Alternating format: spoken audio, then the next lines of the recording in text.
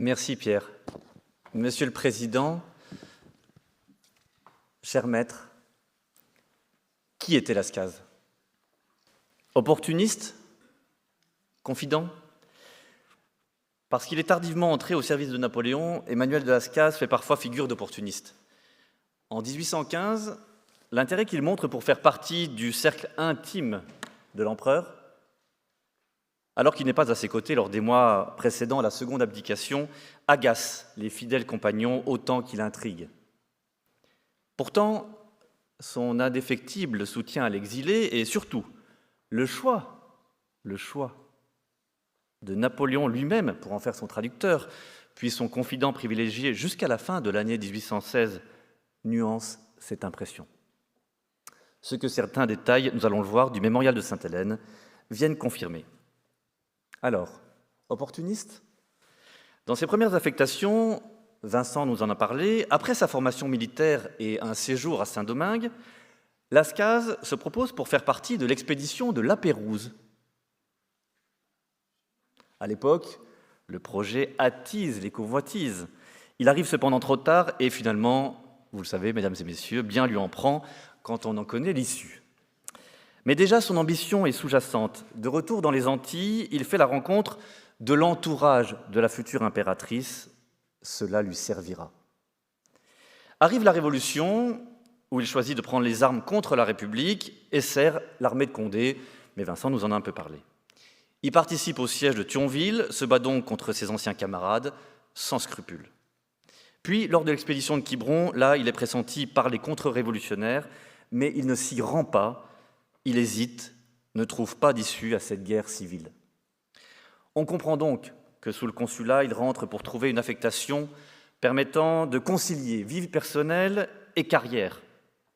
Et après avoir été nommé capitaine pour contrer le débarquement anglais de Flessingue, il devient auditeur au Conseil d'État et il bénéficie, là encore, de l'appui de l'impératrice, au bon souvenir de laquelle il s'est rappelé. Titré baron, comte, il s'élève rapidement et aux 100 jours, on l'a dit, il est nommé, là cette fois-ci, après le Conseil d'État, il est conseiller d'État. Et c'est à ce titre qu'il se présente le 22 juin, dès la défaite de Waterloo connue, à l'Élysée. Napoléon se montre surpris qu'il se propose et qu'il propose surtout ses services, ne l'ayant jamais trouvé à ses côtés. Et d'ailleurs, Lascaz se justifiera plus tard, en parlant du 25 juin à Malmaison, en disant « Je demande à l'empereur de ne pas le quitter dans ses destinées nouvelles. Ma proposition semble l'étonner. Je ne lui étais encore connu que par mes emplois. » Pendant le trajet vers Rochefort, puis à l'île d'Aix, il cherche à justifier qu'on l'ait accepté. Il joue alors le reporter. Rien ne lui échappe, et l'on pourra suivre grâce à lui les pérégrinations de la petite colonne de voitures filant à travers la France dès les premières pages de ce qui sera ensuite les mémorials de Sainte-Hélène. L'île d'Aix, avec son lot d'espoir et de désillusions, laisse place au court voyage en bateau vers Plymouth, avant, vous le savez, la longue traversée de l'Atlantique. Et il note, personne d'autre que lui ne fait cela à ce moment-là. Qu'a-t-il en tête? Méticuleux, il noircit des centaines de feuilles. Donc dès le départ de Paris, il devine qu'un livre, ou du moins quelque chose comme cela, qui sera adapté de toute cette documentation, lui apportera une certaine notoriété. Davantage encore que celle de ses précédents ouvrages parus, et la gloire impériale, renforcée par les malheurs de l'exil, rejaillira forcément sur sa personne. Aussi redouble-t-il d'efforts.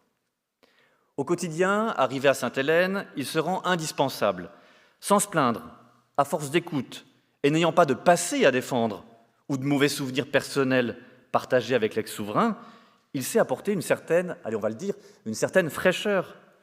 Il suit Napoléon, comme son ombre, et les autres membres de la colonie francophone le soupçonnent de chercher à isoler l'empereur, lui attribuant les surnoms peu flatteurs de jésuite ou de l'extase.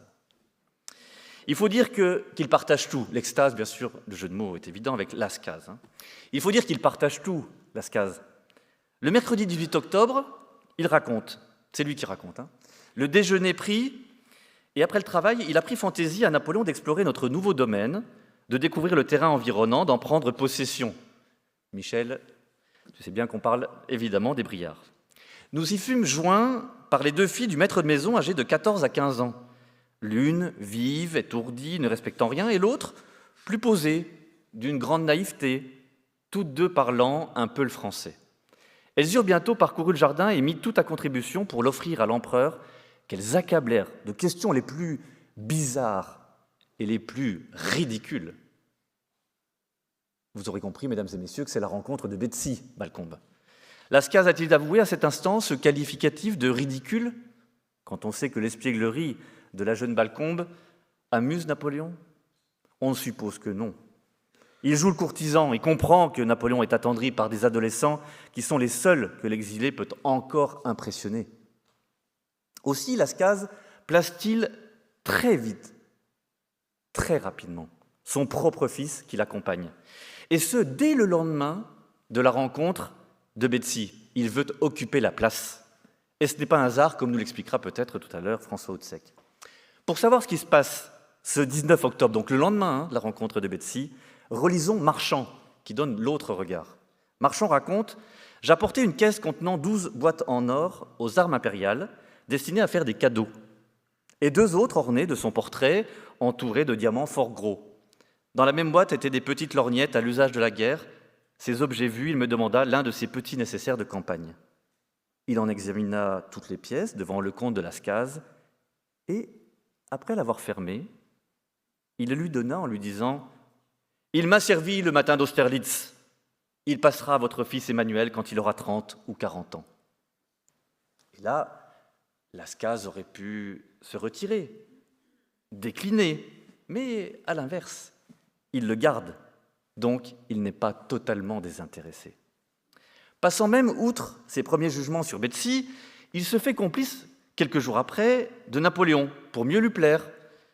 La jeune femme racontera que pour la journée du dimanche 19 novembre, donc c'est Betsy qui raconte, et je la cite, « Napoléon me demanda quelle robe de bal j'allais mettre. Je courus promptement chercher ma robe, c'était ma première robe de bal et je n'en étais pas peu fier. Il la trouva très jolie. Les cartes étant battues, on va jouer aux cartes, je déposai ma robe sur un sofa et nous commençâmes la partie. Napoléon avait ma sœur pour partenaire et moi, Betsy, j'avais Lascaz.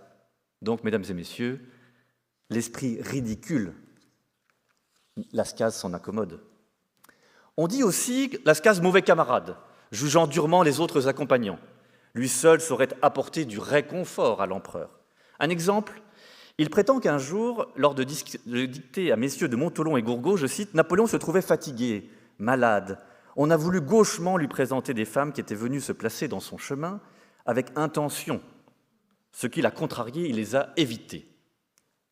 Vous l'aurez compris, arrive maintenant le sauveur Emmanuel. Je lui ai parlé d'aller à cheval pour essayer de se distraire un peu. L'empereur a ensuite peu dîné, mais il s'était fort ennuyé tout le jour, disait-il. Et après plusieurs conversations avec moi, brisé et sans suite, il a regardé sa montre et s'est trouvé tout joyeux de voir qu'il avait atteint 10h30.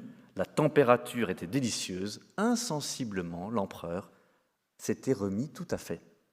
Cette victoire, vous l'aurez compris, est de nouveau à mettre à l'actif du sauveur, du héros Emmanuel. Car il a compris comment faire. Il sait écouter scrupuleusement l'empereur. Et pour les notes, sans suivre de plan méthodique, il attrape au passage des flots ininterrompus d'épisodes passés, d'anecdotes vécues, de conseils à prodiguer, et retranscrit tout sans interrompre les conversations. Ensuite, il agrémente l'ensemble, se permet ses propres commentaires, et j'aurais voulu faire cette anecdote devant le directeur général, qui aime tellement Roederer. Est-ce qu'il n'aurait pas pu, justement, comme Roederer, simplement retranscrire les dialogues? Non, Lascaz, lui, il intervient. C'est un romancier dans l'âme, qui sait écrire et tient à le prouver. Sous sa plume, au fil des semaines, les réflexions de Napoléon apprenant de ses erreurs ou souhaitant poursuivre ses réformes interrompues par la guerre montrent un empereur visionnaire. Et en le grandissant, c'est Lascaz qui, par ruissellement, prend une autre dimension. Il est le narrateur omniscient. Il domine son livre, qu'est le mémorial. En contrepartie, bien sûr, il attend une reconnaissance de la part du maître, et ne se contente pas seulement d'être écrivain, il espère davantage. Sans doute aussi pour gagner en légitimité et garder à distance ses opposants, lui qui s'est toujours refusé à être confondu avec ces militaires, comme il le dit, de carrière, qui portent l'uniforme pour montrer qu'ils ont servi le grand capitaine. La récompense arrive. Il reçoit les attributions de secrétaire d'État. Mais de quel État parle-t-on? Pour faire illusion aux yeux des Britanniques, garder un soupçon d'étiquette, cela s'explique, mais c'est bien dérisoire, vous en conviendrez. Enfin, dernier élément, dans cette série d'opportunismes, lorsqu'on évoque Sainte-Hélène, encore aujourd'hui, chacun, et vous en faites partie évidemment, associe le séjour à Longwood. Conditions climatiques, caractère pesant, isolement. Or, dès leur arrivée, les Français savaient pertinemment qu'ils allaient devoir, tôt ou tard, s'y installer, et ils vont le faire le 11 décembre. Justement, combien de temps Lascaz? Combien de temps y reste-t-il sur ce plateau venteux de Longwood? À peine plus d'1 an. Le 30 décembre 1816, alors qu'ils étaient partis avec le navire, il repart, lui. Il quitte l'île, et il se dit victime de la négligence de son domestique, James Scott, qui a provoqué sa chute, dit-il, en tentant de soustraire des notes cachées dans l'une des doublures de sa veste. Lascaz est pris. Mais selon ses détracteurs, cela lui aurait été profitable. Il va pouvoir partir, ayant suffisamment de matière, et pour se justifier, il prétend avoir des inquiétudes sur la santé de son fils Emmanuel, alors âgé à ce moment-là de 17 ans.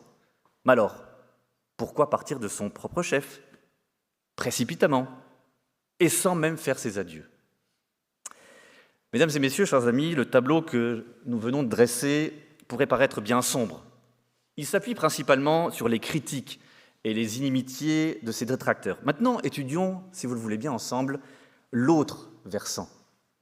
Lascaz, on le sait, on l'a dit, est né le 21 juin 1766, au sud-ouest de Castres, non loin de Revel, et plus précisément dans, ou à proximité de ce lieu-dit qui devient son patronyme. Il est ainsi, 1766, il est de la génération de Napoléon, tandis qu'il est plus vieux de 7 années que Bertrand, de 17 ans que Montholon et Gourgaud. C'est un fossé à cette époque. Ensuite, entre un Corse et un descendant d'Espagnols, on peut se considérer un peu à part, différent, au milieu de tous ces Français d'origine. Précision aussi, Lascaz lui-même n'est pas un géant. Avec ses 1,50 m, on l'a vu tout à l'heure, il aurait été difficilement grenadier à pied, vous en conviendrez. À ce propos, très jeune, il a dû changer ses plans devant ce handicap, confiant plus tard, à propos de ses exercices à l'école royale militaire, où il était affecté avant le futur empereur à Paris, il explique « Les classes se déplaçaient en rang de taille. Ma place n'était pas difficile à trouver, j'étais le dernier. » Il lui faut donc choisir par défaut son arme, un point qu'il partage avec Bonaparte. Rappelons en fait que l'Ajaxien, que vous connaissez tous, est devenu artilleur pour subvenir, c'est une partie, aux besoins de sa famille, à la mort de Carlo Maria, et qu'il avait rêvé un temps d'être marin. Lascaz, lui, a décidé en 1782 de renoncer à vivre à cheval, car trop petit, pour la marine. Dans un navire, il pourra plus aisément vivre à bord. Étonnant, Voilà 2 carrières croisées. À quoi tient un destin? Il n'y a pas que leur début qui soit parallèle. Dans un navire, tout cela est intéressant, mais plusieurs passions rapprochent les 2 hommes. Emmanuel, tu en as parlé, Vincent, a une bonne connaissance de la généalogie. Il a publié, et tu l'as dit, un remarquable atlas historique et géographique. Et il s'appuie sur des études cartographiques débutées pour la Royale à Brest. Napoléon, et vous le savez tous, est un grand lecteur, passionné d'histoire et de géographie. Autre élément très important, les connaissances des usages par Lascaz sont aussi très utiles. Il conversera avec le souverain déchu de sujets dont il est le seul à maîtriser les emplois, de secrets de palais, connus lors d'ambassades, d'arcanes politiques, qui amusent seuls ceux qui les connaissent et agacent les autres qui s'en sentent exclus. Il possède en outre ce qui a été apprécié lors des pourparlers avec Maitland tout à l'heure sur le Bellérophon, et le sera encore plus ensuite, l'emploi poussé de l'anglais. Il l'a pratiqué lors de son exil à la Révolution, puis pendant que Napoléon était à l'île d'Elbe, et maîtrisant parfaitement les subtilités de la langue de Shakespeare, il pourra, selon les cas, se faire le traducteur des ordres du gouverneur ou l'interprète, selon les cas, des volontés de Napoléon. Il dispensera même à ce dernier des cours d'anglais pour lui offrir les rudiments nécessaires à toute conversation. Et convenez-en, être le professeur de Napoléon, si ce n'est pas un sacerdoce, Surtout, on peut lui retirer cette indéniable qualité, c'est un travailleur acharné. Pour l'édicter à Sainte-Hélène, avec Marchand et Ali qui servent de scribes, Lascaz et son fils se mettent très tôt, chaque matin, à la prise d'informations et repartent à la nuit tombée. Et avant même que les autres membres de l'expédition ne tiennent à leur exemple, plus ou moins consciencieusement, un journal personnel, Lascaz, lui, a commencé à tout rédiger. Les papiers réunis, recopiés, jalousement gardés, sont ceux d'un missionnaire d'une cause sacrée. Il n'est pas non plus envieux, ça c'est vrai, ni matérialiste. Son confort peut rester spartiate. Souvenons-nous, au Briard, j'en parlais tout à l'heure, dans le logement annexe, qui est un modeste pavillon comportant une seule pièce avec étage, eh bien, il accepte de partager le premier étage, justement, avec son fils et avec Marchand. Qui d'autre s'y serait plié de si bonne grâce? Autre qualité, il ne fait pas le courtisan obséquieux. Quand il sait quelque chose, il ne cache pas. Sa franchise, d'ailleurs, va le faire apprécier de Napoléon. Ainsi, il raconte un soir qu'après son dîner, je cite, « L'empereur est descendu dans son allée inférieure. La conversation s'engage. Sire, on veut qu'au sommet de votre toute-puissance, vous vous soyez attaché à une simple dame et que vous lui ayez bien écrit une douzaine de lettres, qu'elle vous ait amené, contraint à vous soumettre au travestissement, à vous rendre seul, nuitamment, chez elle, dans sa propre demeure, au milieu de Paris. » Mais comment l'aurait-on su, a-t-il dit en souriant l'empereur, ce qu'il ne voulait pas dire non. Et on a ajouté sans doute, a-t-il continué, que c'était la plus grande imprudence de ma vie, car si elle n'eût pas été honnête femme, que ne pouvait-il pas m'arriver, seul et déguisé, dans les circonstances où je me trouvais au milieu des embûches dont j'étais entouré. Mais que disait-on encore? Sire, reprend Lascaz, on voulait que la postérité de votre majesté ne se bornât pas au roi de Rome.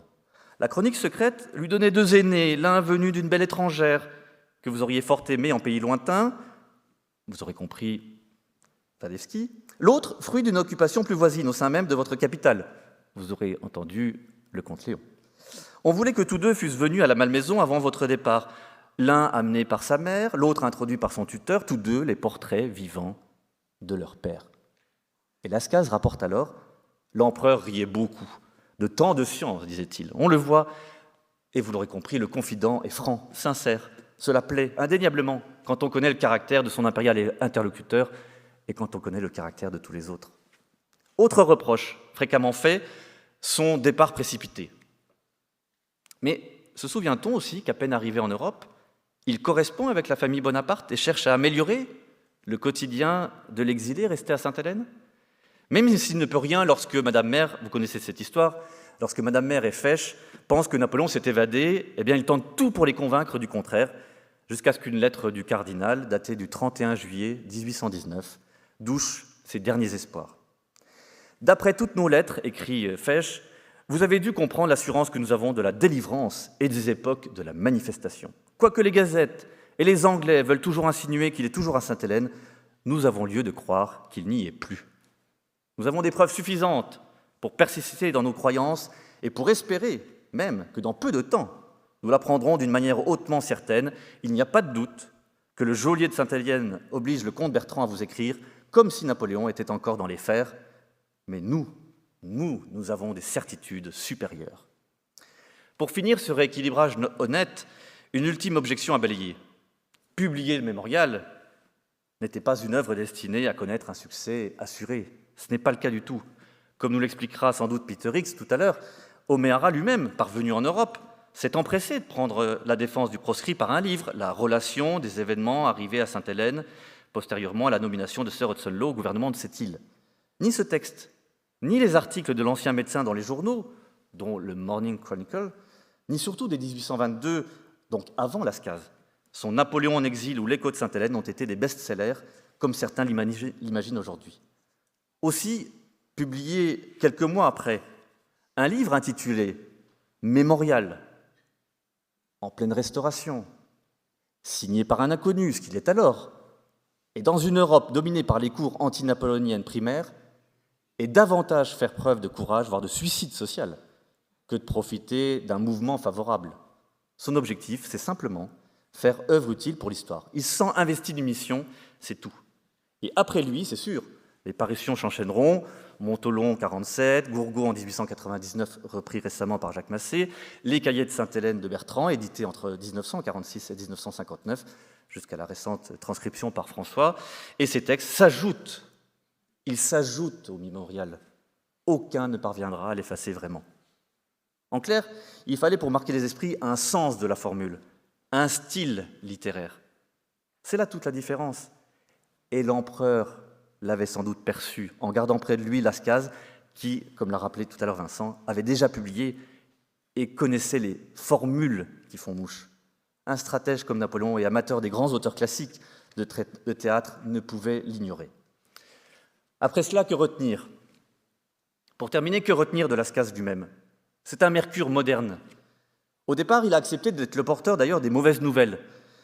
Après les vaines négociations au large de l'île d'Aix et avant la rupture avec Hudson Lowe, c'est lui, Lascaz, qui apprend à l'empereur que des commissaires ont été envoyés par des alliés. Ces trois personnages viennent de s'installer à Sainte-Hélène, comme le prévoit la Convention d'août 1815. Convention de 1815 ? Napoléon ne l'a pas lu.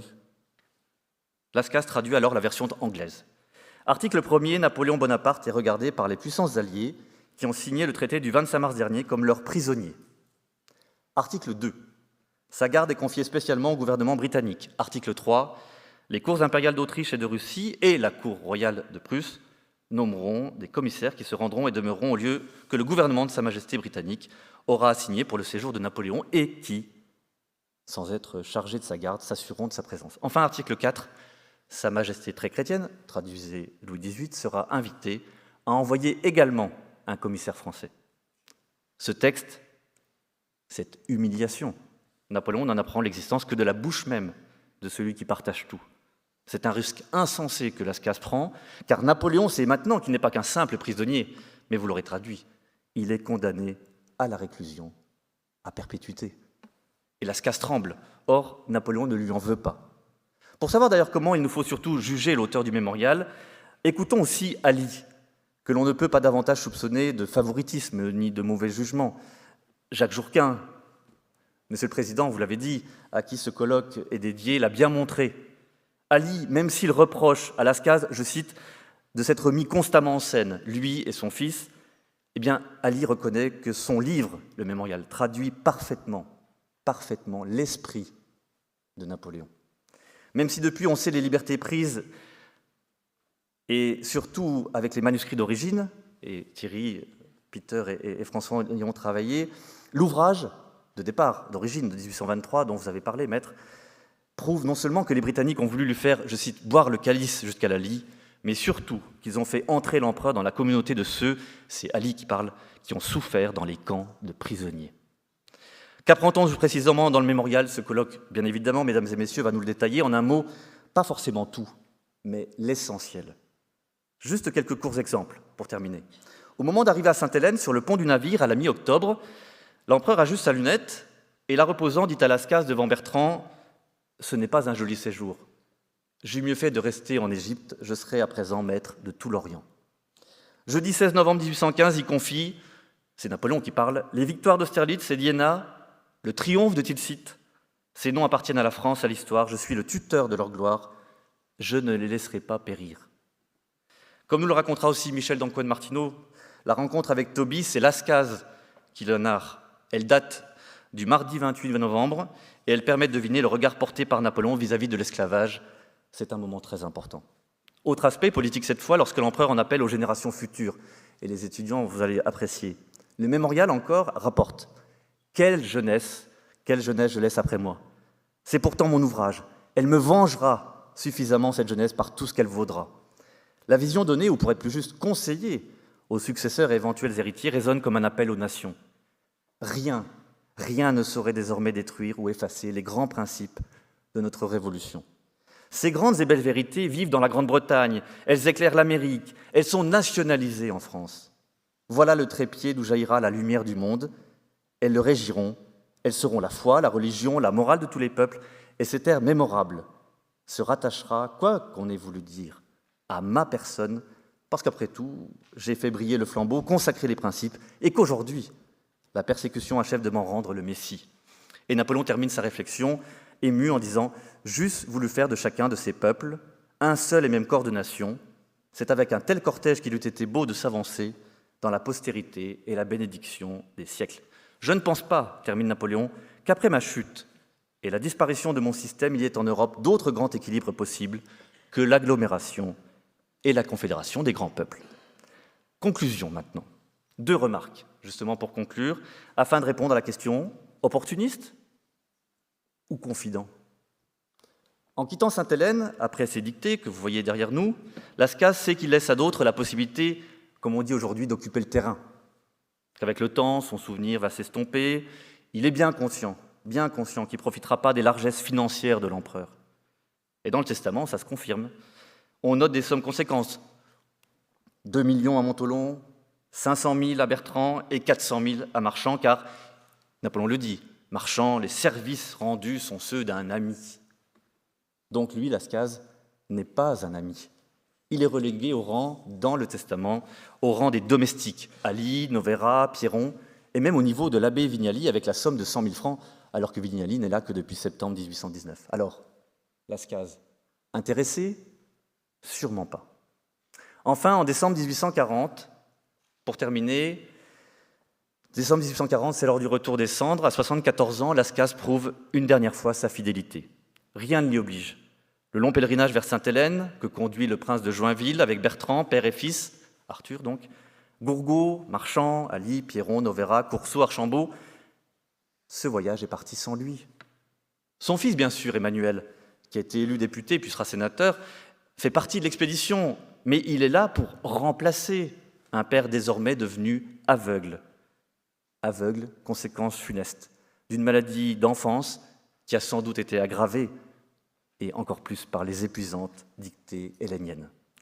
Eh bien, malgré cette infirmité, aux Invalides, lorsque le roi Louis-Philippe accueille le catafalque le 15 décembre, qui aperçoit-on? Lascaz père, qu'on a transporté en fauteuil. Il est là, Lascaz. S'est-il dit, lui, l'écrivain qui avait popularisé l'exilé sur son rocher, comme Moncey, à présent, rentrons mourir? Vu ce qu'il avait accompli, cela a sans doute effleuré son esprit. Je vous remercie beaucoup de votre attention.